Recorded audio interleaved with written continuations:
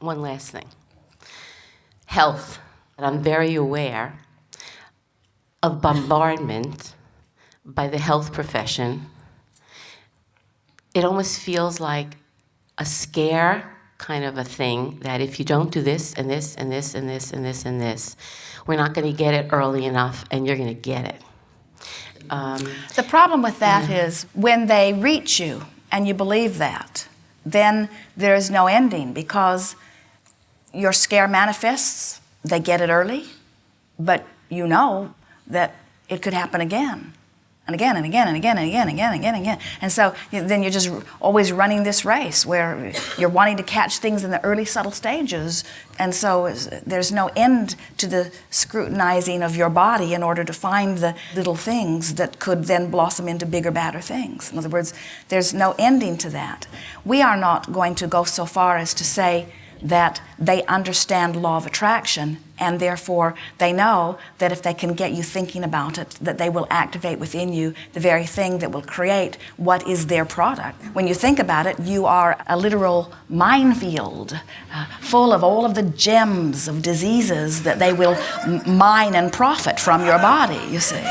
And so while it is to their advantage that they frighten you into the examination, we do not think that they realize that they are also frightening you into the disease itself.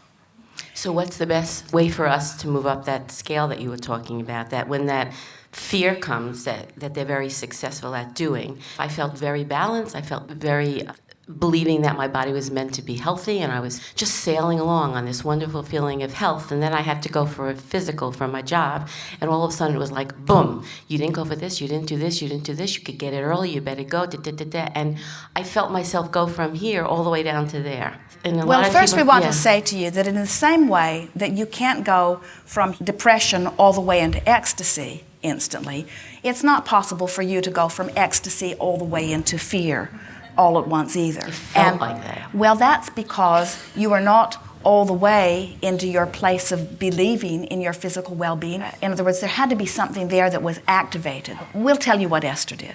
As Esther watched the commercials and saw family and friends having different experiences, she developed, little by little, over a long period of time, her own natural sense of worry about her own body.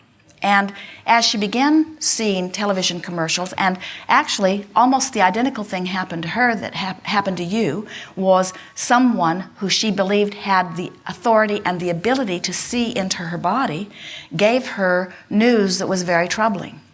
And as she felt the incredible disempowering fear of that, she was there for a little while. She had the good fortune of having us to visit with, and so we were soothing her. But nevertheless, the test was there, and the fear was there, and the discomfort was there.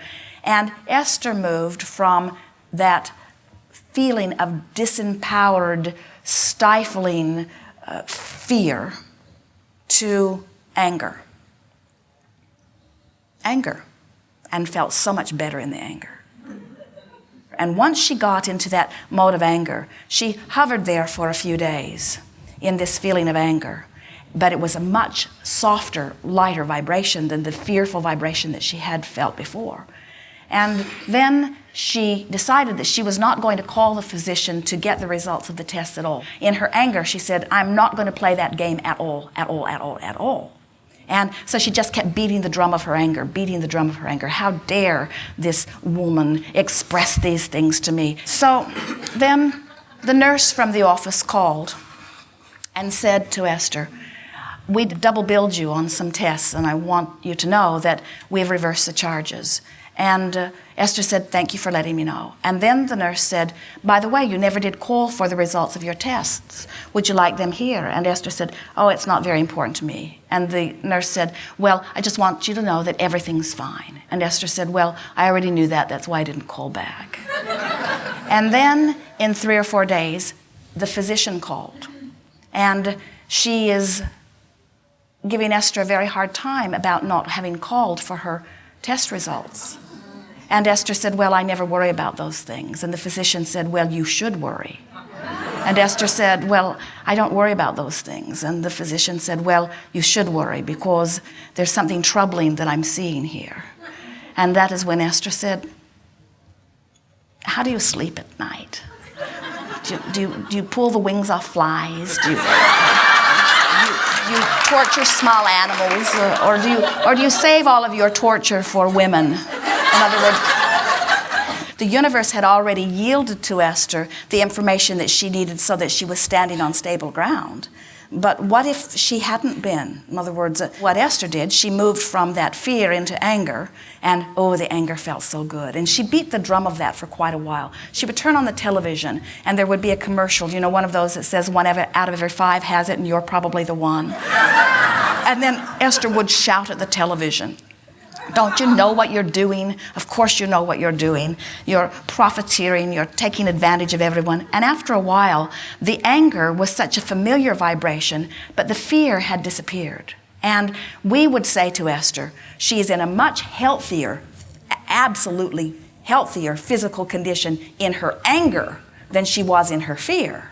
But the anger, long term, is not going to serve her either. So we began to help her to release her anger by acknowledging that most of them are not doing it deliberately, that they have been sold a bill of goods, that they are not knowing about energy, they're not knowing about the resistance that takes place in a body, they don't know about the guidance system, they are calculating the results of how people have flowed energy. They are people that are studying the statistics of how bodies are turning out, and they are not making any correlation between the thoughts and feelings that are present within those statistics. And so how could they possibly come to any valid conclusion? Of course it is logical that the physicians would be worried about their patients when they see so many of their patients having experiences that they can't explain. How horrible it must be to see the results and have no clue about why, and have all those different studies that are randomly offered that are giving them all of this information that is not valid. It is no wonder. And then Esther moved from anger of the medical community to true sympathy to them. In other words, it is no wonder they are so confused. What must it be like to be in that situation and not be able to give someone any standard to know whether they are moving toward wellness or away from it? In other words, negative emotion is moving you away from wellness. So here you are, wherever you are, and it does not matter what your physical condition is. It does not matter the state of your physical body. You can move your physical body into absolute well-being. It is our promise to anyone. But you got to beat the drum that moves you that way. You cannot beat the drum of fear. You cannot beat the drum of anger. You cannot continue to beat the drum that takes you into the realm of negative emotion, especially when you are focused upon your physical body.